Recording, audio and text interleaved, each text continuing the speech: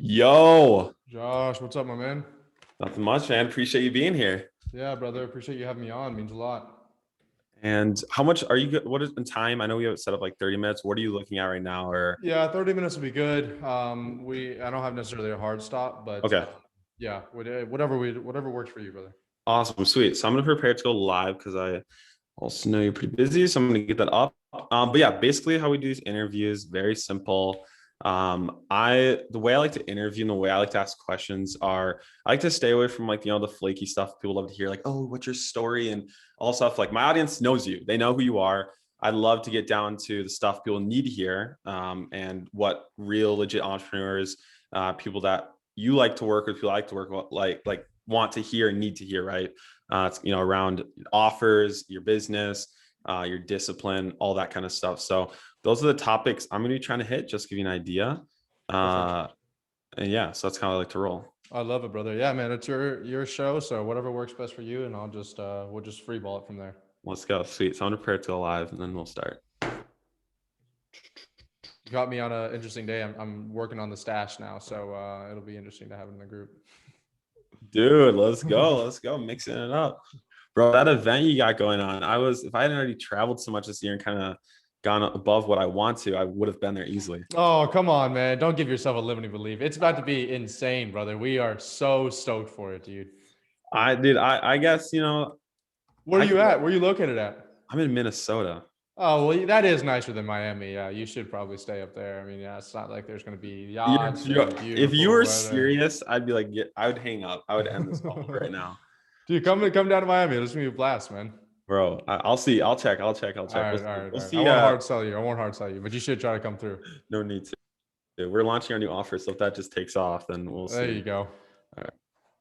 All right. Let's go live and hit this. All right, sweet. Looks like we're live, guys. Let me check on Facebook to make sure, just so I don't start talking. Didn't you just go live on YouTube the other day? I was hoping you Bro, wouldn't I bring that heard that. up. So much I went hype. there for 50 minutes. I went live and I was like, why is like nobody commenting? No one has any thoughts on this. And then I got like 4 calls from my chief operating officer and I'm like, oh my God, what's going on? And he's like, are you going to go live? And I was like, oh my God. So, No. and then I just buckled down. That's a first lesson right here, guys. I just was like, I have 2 options. I could just leave or I could just do it again. And so I spoke for literally 2 hours straight and on the same topic again. So it was, I saw that. I was like, no way. Cause I had seen what you're going over in like your free course. I'd watched that and I knew it, but I was like, oh no, he has to go through that again. It's a lot. I was like, I almost skipped some of it. I was like, let me skip around. Then I was like, you know what? Let me just deliver it. Like, let me give it my all. And I did it. And I was like, after I was done with that, my brain was just like dead at that point. You're like, oh gosh, yeah. That's awesome. Well, guys, if you want to check the video, go to his YouTube. I was telling Ravi here in Messenger that I've watched that like a couple days in a row now, and it's in a free course. In most paid course I pay for, I don't even watch it, so that says a lot. I don't like to take in much information, so that's awesome. But yeah, guys, you know who Ravi is. Works here at Scaling with Systems, as you see in that 6 sign behind him. Honestly, I would not know what an SOP was or a VA unless I had known this guy. And so if you know about that, it's probably from him. And if you see a lot of other people talking about giving you VAs or SOPs, they probably learned from him. So welcome, man. Super happy to have you here. And it's gonna be awesome. Thanks, Josh, for having me, man. Yeah, that's funny. It is very, very true, but I take it as a compliment instead. Yeah. Stoked for everybody to listen to this. Hopefully I'm going to deliver some value for you guys. And yeah, excited to get this going. That's awesome. So when I watched through that 8K to 100K masterclass, something that stuck out to me, and I realized could almost get you in trouble if people cut it up, is when you call people poor and you're saying people are poor. Okay. And I heard that, I'm like, man, if somebody clipped this, he's done. He's going to be CoffeeZilla or some YouTube like gurus calling people poor. And I want to kind of break that down because it is true. And what you mean by that and what's behind that is so true. So if you want to explain, what do you mean by like people are poor and you were poor? What did that look like when you were poor? Yeah, that might come back to bite me, but I'm a marketer at heart, so I just say loud things that gets people's attention. But if you listen like for 3 seconds right after this, when I say poor, it is something that as a concept someone else introduced to me, and it just so accurately describes what I'm talking about here. But it stands for passing over opportunities repeatedly. And I have a lot of poor people in my life, and poor is a mindset, right? And I said it inside of the video. I know people that are rich that have poor mindsets, and I know people that have not a lot of financial backing that have really wealthy mindsets. So I'm not talking about like money. What I'm talking about Yeah. here is just the mindset behind being poor, passing over opportunities repeatedly. And the things that I talked about was like, number one,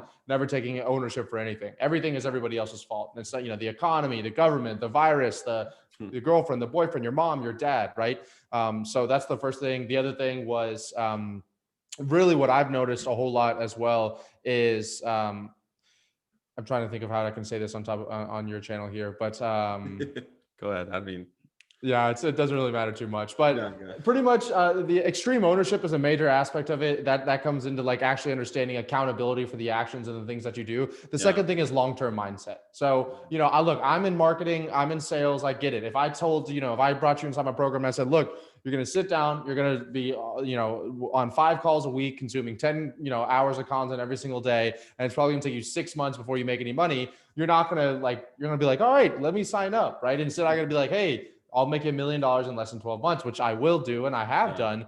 But so we're used to this 90, day abs, 60-second dinners. And so the issue is that people are not having long-term mindsets. And so people are so worried right now about like, they're not next week, they're not closing deals. Next month, they're not closing deals. And Chamath, which is an awesome guy. I listen to him. He's the founder of Social Capital, but he talks about, the half-life of building up a company is also going to be its descent. So if you go rapidly make $1 million in like 1 month, then you're going to lose it all in about 1 month as well. And so, I've found, and this is something that I've learned myself, but successful people or more successful people, they plan 5, 10, 15, 20, 30, 40 years out. And if you're saying like, hey, this is going to hurt us next month, you're making this investment today, we're going to have less cash next month. Well, then the successful person goes, why does that matter? Right. I'm in this for 5, 10, 15 years. And I think that a lot of people have lost that mindset, especially in today's day and age.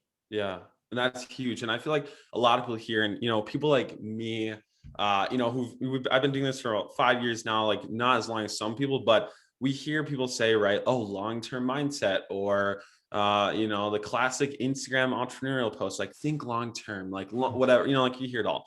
But with you, what was the situation? What made you switch from thinking like short-term, gotta hustle, taking on, any client, I'm trying to, I'm just hustling. What made you sit back? Like, was there something that changed? Did it just come with maturity? What did that look like? Because you didn't say that, but what did it take for you to realize? Yeah, that's an awesome question. So for me, it was kind of a little bit maturity, right? Like, I'm definitely a different person than I was 2 years ago, but I think you only mature through life experiences. I know 40-year-olds that act like they're 16 years old. So like, age is not it. It's literally life experiences. So I think for me, it was a few things. Number one, it was that the rate I was going was not sustainable. It wasn't possible. Like entrepreneur burnout is real. And so like, working 60, 70, 80 hours a week, you've been following me for a while, so you probably know a little bit of my story, but I'm in decent shape right now, but I was pretty heavy when I was building my business because I was not working out, because I was working 70, 80, 90 hour a weeks. And I was just literally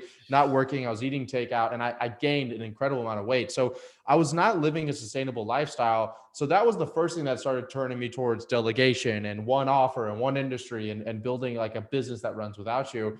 And then the other thing is just learning from other people, like other coaches I've been a part of, other really great books. I read Warren Buffett's biography, which was incredible. Books like The Slight Edge. But then when you really start realizing like, okay, it's this like slow daily actions every single day that you're not going to see any results for. And that's the stuff that really, when I look back, hindsight being 2020, I look back at 2 years ago, it's so easy to be like, man, it was because I woke up early. It's because I worked. It's because I did the outbound messages.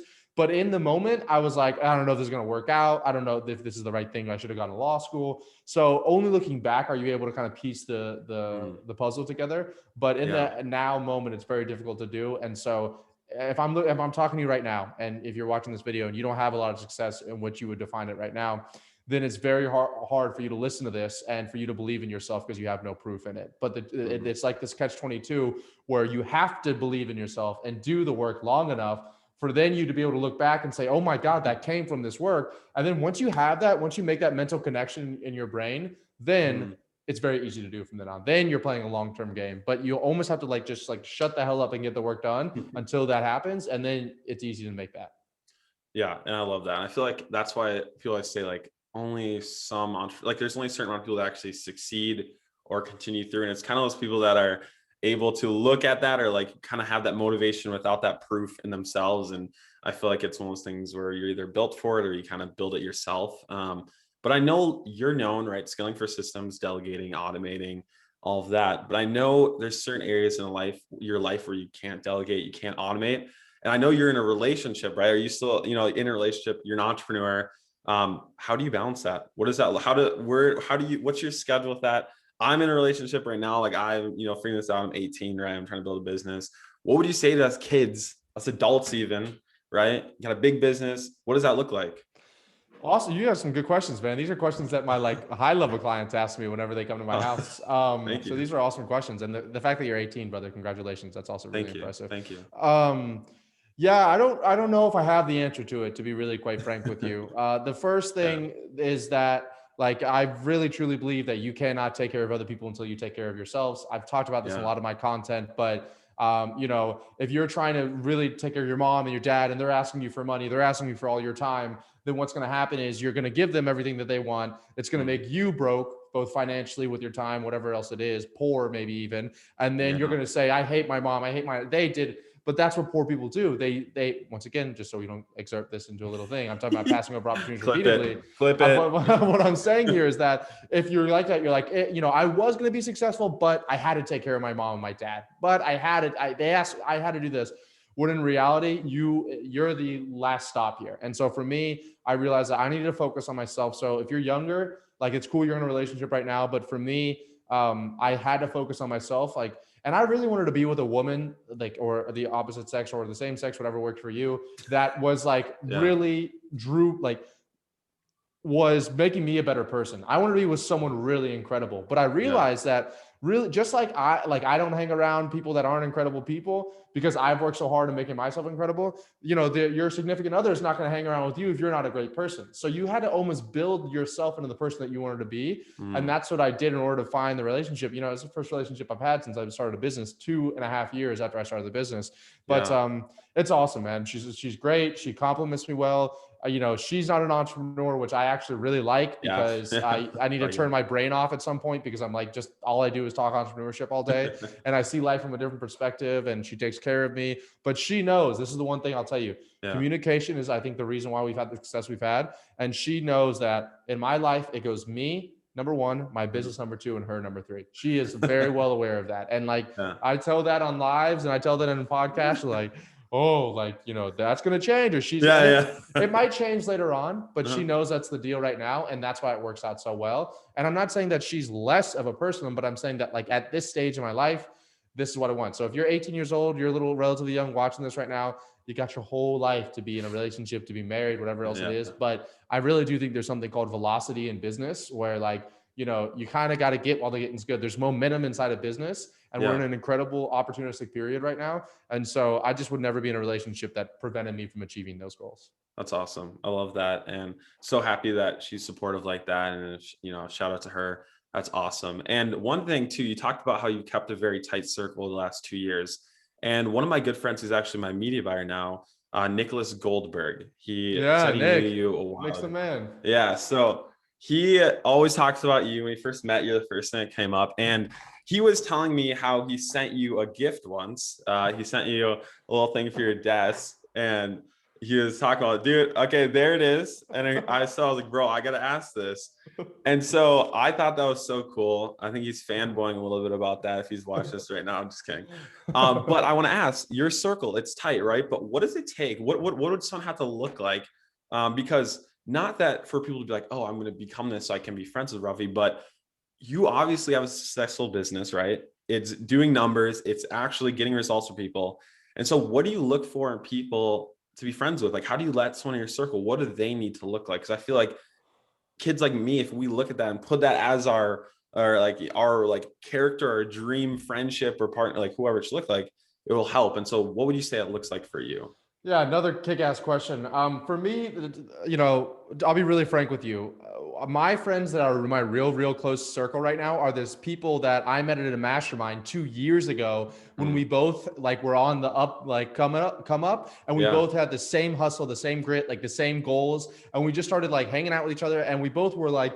We both understood that wealthy mindset. We both understood like we had to have a really tight circle that pushed each other. And Hmm. like all of a sudden, like we started pushing out the outsiders and started becoming closer and closer. And then I just lived Mm, with the guys. I lived with them for yeah. a year and a half in California. I live with some of them still right now. I can afford to live on my own, but I like living with them. It's like a lot of fun and I learn a lot from them. So, but the reason why it works was because we complemented each other really well. That we each Mm, added value to each other, right? mm, So, someone might be really great at finance, someone might be really good at business, someone might be good at marketing, someone might be good at content. And I'll give you a really great example. mhm. My roommate right now, his name is Max. He was my fraternity brother in college. Then after we graduated college, we both did our own thing. He was out like shooting content for some really cool epic brands. Yeah. And then I was doing my own thing. Then he DMs me. He's like, hey, I want to help you blow up your brand. And I'll be really frank with you. The what I'm telling you guys here is that I don't take on interns at this point. I'm not trying to have people come and work for free. I Yeah. had someone message me and say, hey, I'll come shoot your event for free. Like I need experts. I need to pay people in order Yeah. to come and do things. Like I don't need to be teaching anybody. I don't have time for that. And that's not disrespectful, but this is a lesson for you guys. Yeah. And so instead of coming and saying, I'll work for you for free, teach me, this guy said, hey, I'll come fly out and do everything for you. I'll blow up your brand. I'll take care of you. And I was like, okay. And so he flew out to San Diego and he pretty much moved in with me. And we hadn't talked in 2 years. And then he started shooting my brand, shooting my content, making great videos for me. And because he was adding value to me, he started adding value to my other roommates. And then all of a sudden we went from like this little scale right here to now we're like best friends. And now I live with him. And that was because Yeah. he could add value to my life. So if you're looking on like, how can I be at this level? How can I make this group? You really need to figure out what skills, once again, it's like getting in a really great relationship. What Yeah. skills who can I become as a person that's so valuable that when I tell someone what I do or who I am, they're like, I need someone like you in my life. Yeah. Like you're exactly who I need. And when that happens, you'll actually have to start saying no to people more than you'll say yes. So like Mm, focus on becoming a really great person that adds value to other people without them. You want to add value without them yeah. having to give anything. If you're like, hey, you need to give me your time, that's not adding value. I'm talking about you're coming in and you're saying, hey, I'm gonna blow up your business. I'm gonna do whatever it is for you. I'm gonna prove it to you, whatever else it is. And then there's like this reciprocal altruism that happens at that point. And that's pretty much I mean, I have maybe 5 friends at this point Yeah. in my life. So it's I That's don't huge. have many, but they all are really, really close to me for those reasons. That's awesome. That's so cool. And thinking back, because I remember when I probably first saw you probably 2 years ago when you first were kind of starting out. So I remember you were traveling. I think I saw your stories. I'm like, do we have another guru? I was like, oh great, we have I was like another dude who's walking around shirtless with a selfie on and talking about he's gonna get you appointments. And at first I was like, okay. But as the years went on, I saw, oh my gosh, like this dude is distancing himself from the role of looking like a guru or being so out there, but also doing numbers, increasing the price of your services. And so in that time span between like like 2 years ago till now with your pricing on your offer, what do you feel like changes and what really helped you shape an offer that truly became something the community knows about, that's very irresistible, that calls people to, pay a lot of money because it makes a lot of money? What were those changes? How did you develop an offer that people can honestly can't say no to? And the only time they do is because they can't afford it. Like, what did that look like? So we cover this really extensively inside Scalable Systems because you're right. I'll be honest with you, it's something that I've done really well. And the reason, like who I was 2 years ago, like I said, I've matured quite a bit. I also target a different segment now. Yeah. Like 2 years ago, I might have been like helping the average agency owner who was Yeah. just starting out, and like those people. I had short-term mindset and I was attracting people with short-term mindset. You know what I mean? Like Yeah. I was Yeah. doing the traveling, the clothes off, the women, the cars, because like that's what my target market wanted. And that's when you Yep. see people are always upset that you see all these gurus with the Lambos and the women and the models, but it's your fault. If Yeah. that shit didn't work, they would not do it. I guarantee you Yeah. that, Yeah. right? So it works because of you guys are buying into it. I'm not saying you specifically, but I'm saying Yep. most people buy into it. And so I started figuring like I started having that long-term mindset. Then I started really enjoying building people's businesses, and I really started enjoying, okay, like Short term, I can teach someone how to make $1,000 this month, $2,000, $5,000 this month, whatever else it is. But like that's the same people that'll make $5,000 with us this month and then be $2,000 in debt next month, right? There's no real consistency. I started wanting to like build, I call it generational businesses now. I like building things that are like so successful, they endure the test of time, and then you pass it down to your kids. That's like what my goal is, and that's what I help my clients do. And so that was like my aim had changed, who I was going after changed. And so then my offer had to adapt at that point. And so like I stopped wanting to help people make a quick buck. And I said it was like, hey, you might actually not make any money in the first 30 days that you work with us. But then eventually, because you're building these assets, you're figuring out your product market fit, you're doing market research. But then when it hits, you're going to be like trying to find mattresses to hide all your money under because it's coming in so quickly, right? And so I had to shift who I was, which shifted who I was going after, which then shifted the offer that I wanted, right? Those people that I'm going after, because I'm charging, multi 5 figures, they're different. They have different wants, needs, and problems than the person who's like, doesn't have any money and wants to make their first dollar online. So I think it's listening. The biggest thing ever for me, and we teach inside scaling with systems, is like doing market research and listening to what the target market wants, and then building assets and offers around it. So I just got off a coaching call right before this, and the guy is in the UK, Damola. He literally didn't have a business before this, started doing market research, and in the middle of the market research, when he's just trying to understand what this market wants, closes a client for a few $1,000s. He'd never done any work, never built anything out of the back end, closed somebody, and I'm like, this is exactly why I built this program. So now you know that it works. So now you've proven that people actually want this because they paid you before you. So he's like, how do I do this now? Right. Like now his problem is actually fulfilling it, which is cool because we'll talk about it. We'll talk through that together. But the idea here is that like, find who you want to work with, figure out what their biggest pain points are, and then become the very best at delivering that for them. And that's what we've done. And then like, the thing that encapsulates all that together is just results. Like if you can actually deliver, I think in my honest to God opinion, I think 98% of businesses are just total shit. In my life, maids that I work with, dry cleaners I work with, gyms that I go to, restaurants I go to, they're all so bad. They are all so bad. It blows my mind that when I see a great business, I don't care if it is a gym or a dry cleaner. I'll go to the owner. I'll be like, thank you so much for actually like running a good business. It's insane. And so if you can actually deliver results and have clients, like if you can safely say that you are the very best in the world that you do, and you wouldn't change a thing about how you deliver it, then I think that's going to exemplify itself in your pricing and your clients. Yeah. Isn't that funny how like at the end of the day, if you just have a really good service that gets good results, you just win. Like, you don't need a paid average. You don't need all this crazy paid advertising. You don't need, it's just like, no, that stuff helps. And if you have like, now, unfortunately, when I run paid ads, I'm like grouped in with the other gurus that are trying to steal your money. And that's just the name of the game. I don't mind that at all. But like, then, like you said, once people can see through the thin veil of the cars and the women and the mansions, and they say, oh shit, this is actually real business, then that stuff actually works. But if you don't have that, if you're just like making false promises, that's actually fraud. That's a scam at that point. Yeah, for sure. And I think too, a lot of people, they hear that, or even like, let's say when I started like 5 years ago, if I heard you say that, or I was just starting out, I'd be like, oh my gosh, I need to then get a nice website like Ravi has. I need to do all this crazy stuff and, make things look really professional. And then sometimes you'll lose focus. I know I've gone on that path from like, oh, I need this and I need this. And then I'm like, but I realized at the end of the day, it didn't really come down to that. Say to those people that right now are like, I need a website, I need to get a professional company, like all this stuff. Just kind of starting out ground zero. What should these people focus on like before they get to all of this? So you don't need the website. You don't need all this other stuff. Like you just need to get on a phone with somebody, ask them what their biggest problem is, and then go solve it. Like it's just as simple as that. Like the guy that I just gave you the example for, Damola, he has no website. He actually doesn't even know how he's going to deliver the service yet. And all he did was send someone a message on LinkedIn. That was it. Like that was all that was required from it. But he listened to what he said and he says, hey, I can solve that for you if you pay me $3,000. And the guy was like, okay, cool. Here's $3,000, right?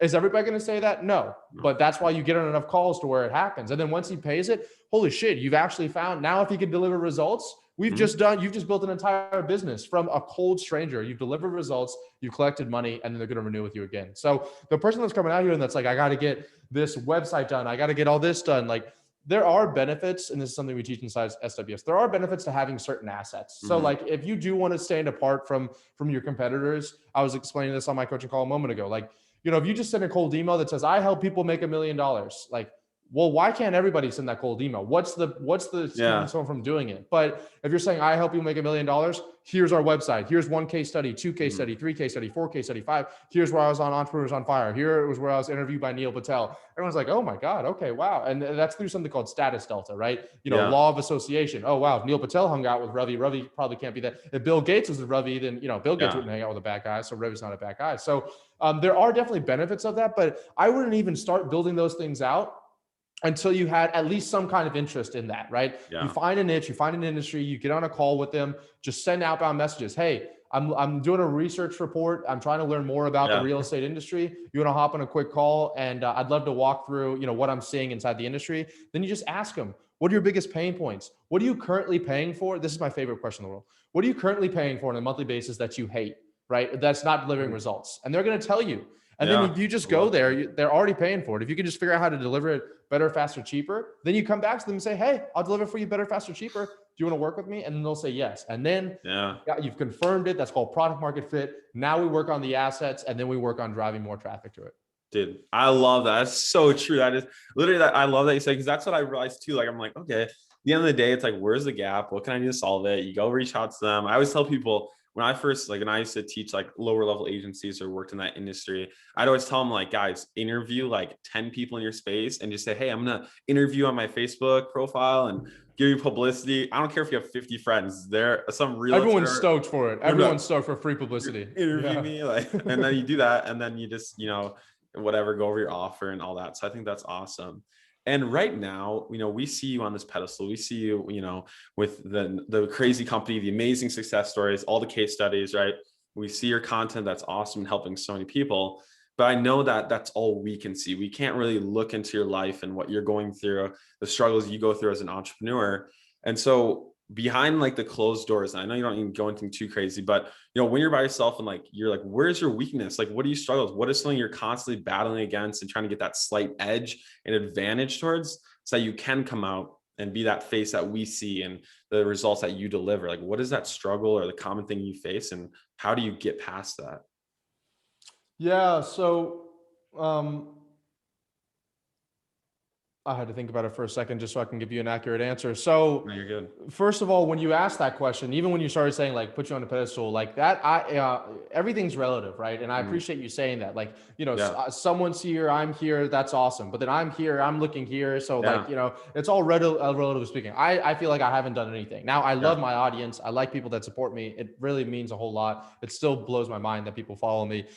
So I do like that, but everything's all relative. And you nailed it so well that even though it's obvious, people are like, don't think about it, but my stuff's not perfect. We have down months in business. I have down months in my personal life. My relationship with my girlfriend's not always perfect. Like it's so toxic. So the few things is, number one, just like what I said, I actually have a hard time comparing myself, right? So I'll compare myself to someone that's been in business for 4 or 5 more years. I'm like, why can't I be making that amount of money that they're making, right? They're in business this much longer than me, but I'm like, I should be doing this. I should be doing that. And I have a bad game of comparison. And I think that comes from social media really badly.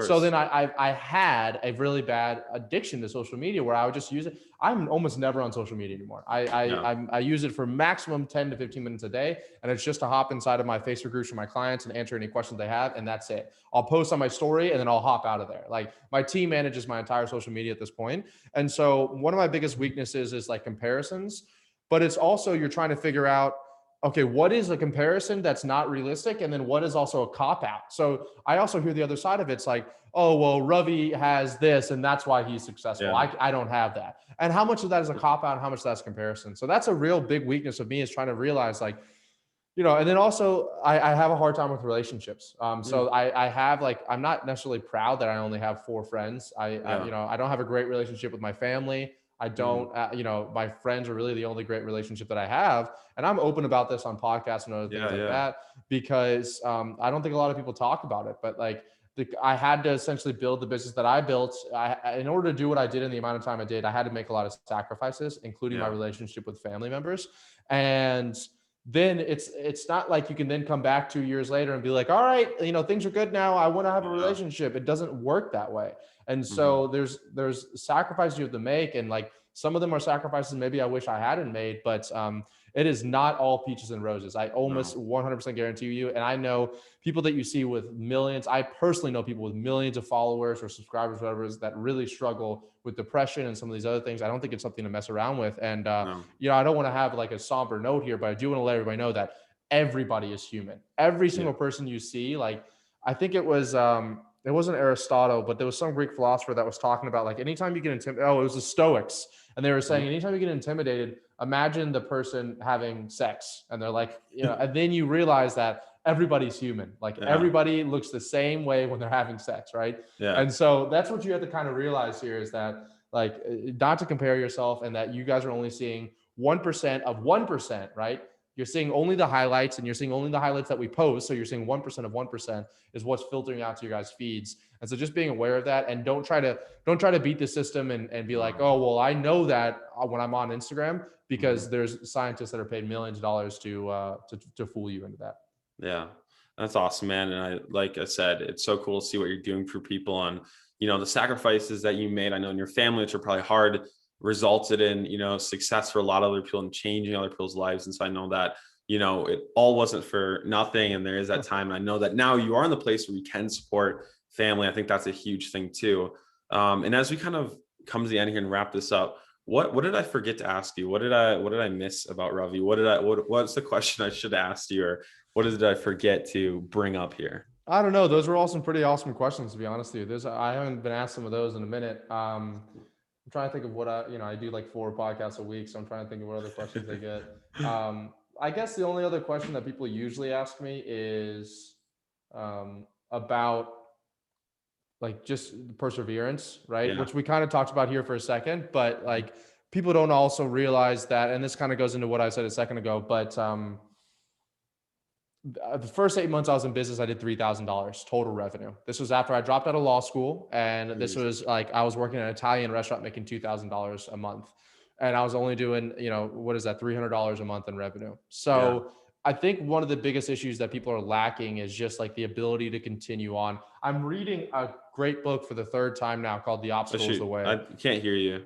Oh, there you go. Now it's good. Now it's good. Sorry. Weird. I'm reading a book for the 3rd time called The Obstacle Is the Way. Absolutely incredible book. I recommend everybody reading it. But they talk about how some of the greatest people in the world turned what seemed to be insurmountable obstacles into like literally that obstacle itself was the solution. Not like, hey, push on, but actually turning that obstacle into the solution. And so I've had some really, really big obstacles that like my dad's lung cancer that I went through with him. I turned that into the solution of me actually not going to law school instead starting my own business. I was going in an industry where we were selling leads. It was real estate. We were just selling leads, and they weren't delivering. People were only working with me for 1 month, and they were saying these leads aren't qualifying, which then I turned into building a qualification center, which allowed me to then become one of the fastest growing agencies in the real estate space. Then when I launched my Scaling with Systems program, we had a virtual assistant placement program, which was really rocky in the beginning because I don't know if you've ever tried to find, hire, and train 50 to 60 virtual assistants every single month, but it's pretty difficult to do. But then instead of being like, you know what, let's not offer it, we set up a office in the Philippines. We put more money and more teamwork in it. And now we're like the #1 virtual assistant placement company in the world for that. And so I think it's the ability that people, you didn't ask me, but it's like, it's not the ability to push on, but it's the ability to then change your perspective of whatever the biggest issue in your life right now to actually being the thing that's going to lead you to the biggest win. Not to sound cheesy, but yeah. That's awesome. No, I love that. I think that's super cool. And it's some people are talking recently and we kept talking about the word persistence and like, hey man, like I'm still supposed to tell you, like, you need to keep persistent. I was like, what? And I was looking at that word. And so it's so cool you say that, because that's something that I'm like focused on. Random people like at my church come up to me like, hey man, like I'm supposed to tell you this. And I was like, okay, I gotta take that. I was like, okay, I just gotta keep going. So that's super cool. But yeah, so I know we got to wrap this up now, but you know, most people know find you Scaling in Systems, but is there any place you want to send people or point people towards, or where should people check you out first if they've never heard of you? Yeah, well, first of all, Josh, appreciate you having me on here. Awesome interview. This was short, but like talked more about on this interview than a lot of the other long ones I did. So thank you very much for that. Appreciate everybody that listened to this. If you guys got some value out of it, I really do love it. Like Josh said, I'm trying to grow my YouTube channel. So if anybody wants to check me out on YouTube, that's always greatly appreciated. I do have a free course. If anybody wants additional information on kind of scaling with systems, You guys just go to scalingwithsystems.com/course. Yeah, and we'll leave that link COURSE. too. Yeah, you guys can get access to it. It's like 4.5 hours of content. And what Josh was talking about that he went through like and watches every single day, that was inside that program there, just so you guys Watch can access it, to it. guys. Dude, it's so funny. Like, I don't think I like another course that they paid $2,000 for our review, and that's like Joel Irway, but then it's your free course. So I just like knocking through it. And so I was like, once I'm in a place where I need a problem solved that you can solve with scaling systems, it's you already know it's gonna be I love it. That's easy awesome, close. So brother. I appreciate you being here, man. Excited to see what you're gonna do the rest of the year. And guys, make sure to show us some love on this video. I'll make sure to leave that link to that course below this video. But appreciate you guys all being here. Go check out Ravi. And yeah, man, appreciate you being here. Thanks, man. All right, sweet. Later, Boom. man.